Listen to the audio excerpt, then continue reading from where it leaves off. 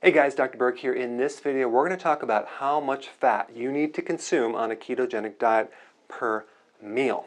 Okay? There's a lot of theories out there, but I have an unfair advantage because I have a lot of people I can practice on in my clinic to see what works and what doesn't work. Okay? I'm going to show you what works. A couple things that people bring up all the time is a ketogenic diet, which means you're eating more fat, is that dangerous for your heart? The answer is no, it's not. In fact, it's not the fat that plugs up your arteries, it's the sugar, okay? There's tons and tons of studies, I'll put some links below, on this fact, okay? So ketogenic diets are not dangerous if you do them correctly. Second question that people say, or they've heard, they say, well, the more fat that you eat, the more fat you're going to burn. That's another myth, because you could be burning the dietary fat and not your own fat, all right? Now, the whole concept of a ketogenic is that you're having very low carbs, okay, moderate protein, higher fat. What I found is we want zero sugar, unlimited vegetables. In fact, we need more vegetables because if you do this, ketones are acidic, and the ketones can potentially raise your pH, and you can end up with either gout, type of arthritis, or kidney stones, okay? So the way to prevent that is to consume a lot of vegetables and also lemon. Lemon actually prevents kidney stones. The other key is to don't consume sugar with fat. Why? Because it will increase insulin even more. So we don't want to add the sugar to this eating plan at all. The other point is you want to do this gradually. If you're increasing fats too quickly, it's going to overwhelm the gallbladder and you're going to have right shoulder pain, okay, and bloating, things like that.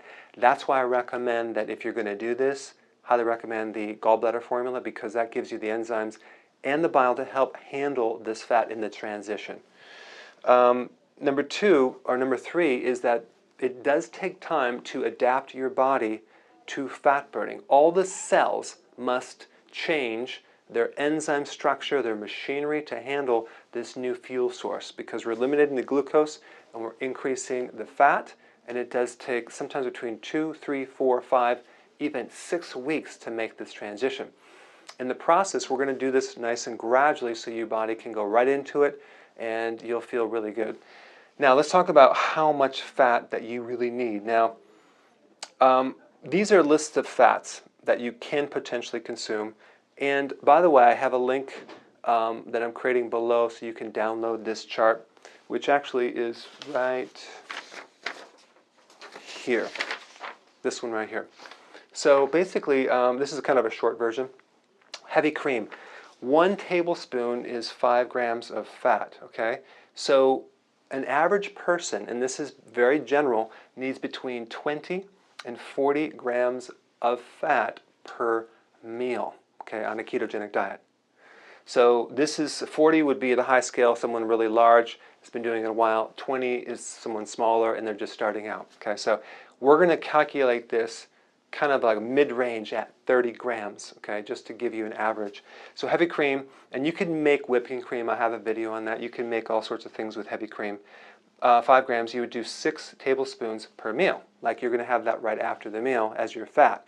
The fat's going to allow you to go longer so you're not as hungry, and it's not going to increase insulin, is exactly what we want. And you may only be doing 2 meals. So if you're concerned about calories, which I actually did add calories to this, do 2 meals, especially if you're not working out. I mean, you'll find that once you adapt, you can burn your body fat as a fuel source and you can go a long period of time without having to worry about it. Now, egg is 5 grams of fat. Now realize that there might be more than 5 grams for the egg, but we're talking 5 grams of fat. So 1 egg is 5 grams, so you need 3 to 4 eggs per meal. I do 4 eggs in the morning. Sometimes people do 2 or 3. That's totally fine because you don't have to, you can combine these in certain ways. So now let's get to the beef. We got 3 ounces is 16 grams. So about, 3 to 6 ounces of beef. So what I want to show you is kind of an example of this beef that's frozen right here. This is some beef that's 85% lean. I do not buy the 90% lean. I like the 80%, but it's hard to find it. I like this thing to be more fat, but this is the type I have, which is grass-fed organic beef. And just so you know, I do the pasture-raised organic eggs. That's the type of eggs that you need to consume. And so then we get coconut oil, right? 1 tablespoon is 14 grams, so we're just going to double that and have 2 tablespoons. Now you can put that on your vegetables. You can make little treats. There's all sorts of recipes you can make, but that's the type of amount of fat that you would need per meal. Brie cheese, 3 ounces, 28 grams. So you would just do 3 ounces. So I'll show you. Brie cheese is very high in fat, and I actually took this and I drew these little lines here to show you what 3 ounces is, just to give you an idea. It's a little slice of this. This is like 4 3-ounce sections. This is 12 ounces of cheese. And one of these for a meal would give you enough fat. But this also has the protein. So you could kill 2 birds with 1 stone. And I do a lot of cheese. Another idea, here's some other cheese right here. This is a German cheese. Just less than half of this is 3 ounces. Okay, so that gives you an idea. It's kind of like a little bit bigger than it's kind of like yeah, it's not a card deck, but it's a little bigger than the palm of your hand, but half of this would be 3 ounces, okay, just to give you an idea. Almond butter, 1 tablespoon is 10 grams, so that would be 3 tablespoons of almond butter that you would consume. You can do that right after a meal. That would be your fat. Olive oil, with 1 tablespoon, 14 grams, so 2 tablespoons of olive oil. That's really easy just to put on your salad. Boom, you're done. Of course, some of it's going to end up in the bottom, so maybe you want to add another one, but that would give you about 30 grams of fat. Pecans, so 10 pecans is 20 grams. So if you do 15 pecans, right, at the end of a meal, or maybe macadamia nuts, that would give you enough fat. Ice cream. Now you're saying, wait a second, ice cream? Can I have ice cream? There are certain ice creams that have no sugar. In fact, I'll show you the one that I have right here. So I put a chocolate brownie on here. That's a recipe that we have in some of the videos, and ice cream.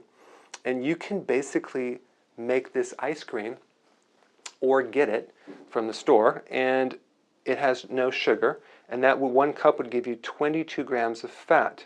Okay. Now, I personally, this is an ice cream that I'm developing right now. I'm having my own line of ice cream. Now, I'm experimenting right now, and it's not perfected. I'm in the R&D stage. In fact, a couple days ago, I had all my staff consume this much ice cream. So I gave them a container because I wanted to see what would happen, right? Half of the group had some digestive bloating. It was temporary, but still, it's not perfected yet. So we're going to be perfecting this. I have to go back to R&D and figure out how I'm going to fix that, because the last thing I'm going to do is have you get it and have you bloating and call me up and say, Dr. Berg, you know, gas me out. I don't want to go there. So the ice cream is made with a high quality fat, no sugar, but we have to figure out the soluble fibers in there. So we're working on that right now. But that will be down the road. Some people want to know when it's going to be. I don't know. I'm going to have it done when I perfect it. Okay. So this will give you an idea. If you download the chart below, it'll give you an idea of how much fat that you really need. So go ahead and apply this, and go ahead and write your comments below, and I hope this helped you. I'll see you in the next video. Hey guys, thank you so much for watching. I really appreciate it. Please click the share button below, and I will see you in the next video.